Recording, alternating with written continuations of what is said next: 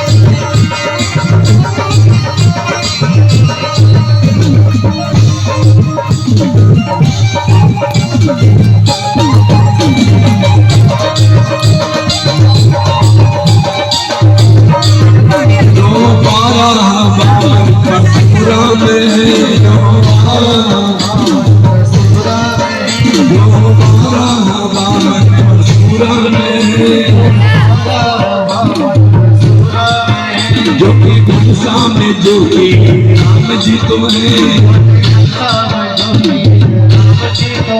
लेकिन दूसरे जिनको प्यार है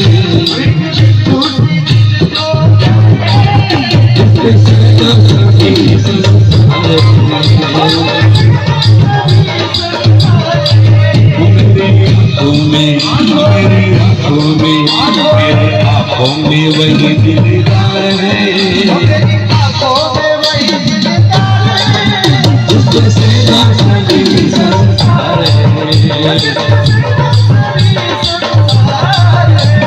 दोनों हाथों को उठाओ मैया गाओ। हरि बोल हरि बोल हरि बोल।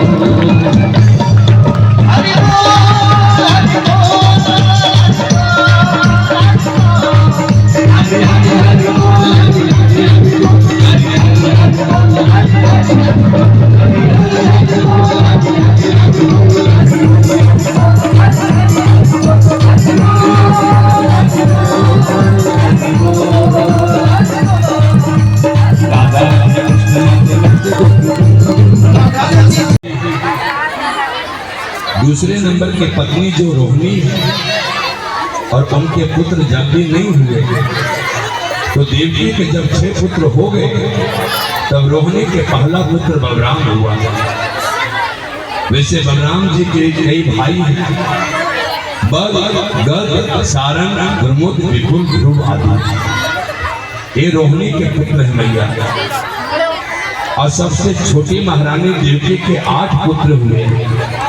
8 में सबसे बड़े का नाम कीर्तिमान है और कीर्तिमान से लेकर के 6 पुत्रों को दुष्ट कंस ने मार दिया। 7वां पुत्र जो देवकी का है उन्हें हम बलराम कहते हैं। और 8वीं संतान के रूप में मेरे गोविंद प्रकट हुए और वृंदावन में जाकर के लीला की, मथुरा आकर के कंस आदि दुष्टों का संहार किया। जरासंध के भय से द्वारका चले गए और द्वारका में मेरे प्रभु ने बहुत से विवाह किए, 16,108 विवाह किए और कौरव पांडव का युद्ध कराया। उद्धव जी को उपदेश करने के बाद भगवान श्री कृष्ण स्वधाम चले गए और एक श्लोक में भगवान सुखदेव ने पूरी कृष्ण कथा राजा परीक्षित को सुना दी। भैया भरी सभा में सब रह गई, हजारों संत बैठे हैं, श्रोता बन करके सब शांत है।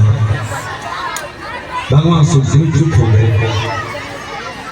अब राजा परीक्षित सुखदेव जी के चेहरों को देख रहे हैं और सुखदेव जी को मुखारबिन को देख रहे हैं और बोले, हे गुरुवर हो गई कृष्ण कथा? सुखदेव जी बोले, हाँ। अरे अभी तो सुनाया कृष्ण कथा, पूरी हो गई? सुखदेव जी बोले, हाँ अभी तो सुना दी है।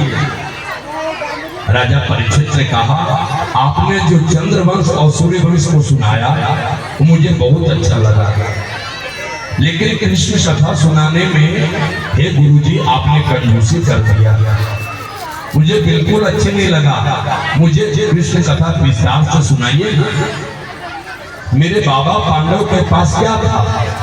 छोटी सी सेना, 5 भाई, और कौरव की सेना के गुरुजी बहुत बड़ी सागर थी, और कौरव की सेना रूपी सागर में बड़ी बड़ी तिमंगल मछलियां, भीष्म पितामह, द्रोणाचार्य, कृपाचार्य, कर्ण, विकर्ण, दुर्योधन और दुशासन। लेकिन मेरे बाबा पांडव जब भगवान श्री कृष्ण के चरण रूपी नौका को आश्रय लिया तो कौरव की सागर रूपी सेना को ऐसे पार कर लिया जैसे किसी गाय के बछड़े के खून के गड्ढे को पार कर दिया। जो प्रभु मेरे बाबा के रक्षक हैं उनकी कथा में संक्षिप्त में सुनो। बाबा की बात को जाने दीजिए, मैं अपनी बात कहता हूँ। महाराज द्रोणाचार्य के पुत्र अश्वत्थामा ने मुझे गर्भ में नष्ट कर दिया था। मेरी माँ उत्तरा रोती हुई जब कन्हैया के शरण में गई तो गोविंद ने मेरी माँ के गर्भ में प्रवेश करके मेरी प्राण की रक्षा की। ऐसे मेरे कन्हैया का स्वभाव। कृष्ण मेरे बाबा